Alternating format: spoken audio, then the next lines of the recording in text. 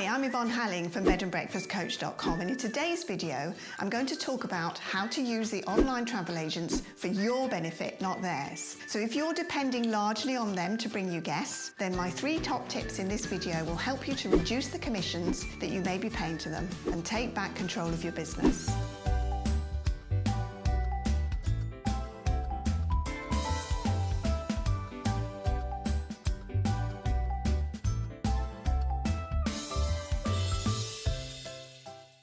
Over the past few years, online travel agents have become a large player in running a B&B guest house or inn, and why that is a subject of another video.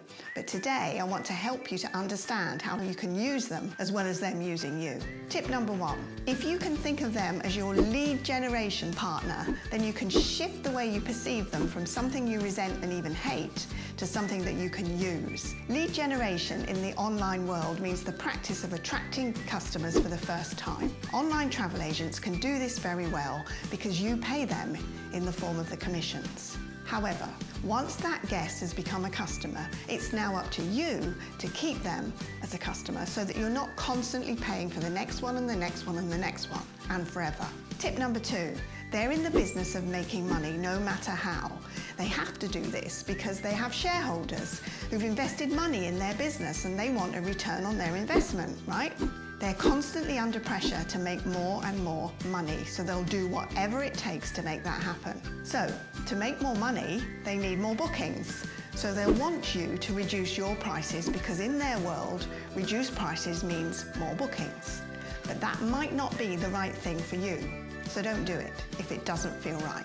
The truth about reducing your prices is that you'll start attracting a different type of guest who may not match your product or the experience that you're offering. This will damage your brand, both in the eyes of those who do appreciate what you offer and are prepared to pay for it, and in the way you see yourself.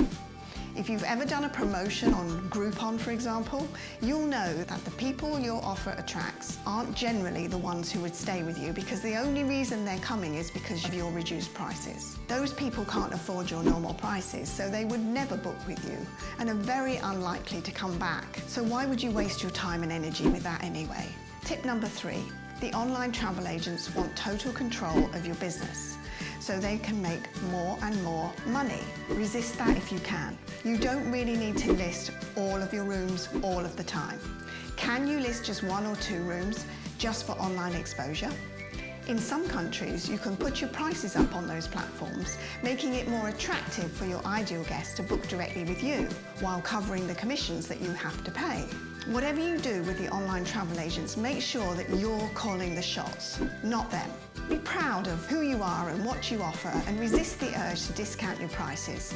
In the long run, you'll be much better off, both financially and emotionally. If you like this video and you want to know more about how to build a B&B, guest house or inn that works for you instead of you working for the online travel agents, then click below to register for my next masterclass, where I'll show you the 4 key principles on how to add at least 25% extra to your income in one season while working less. And be sure to subscribe to my channel so that when I post the next video, you'll be the first to know.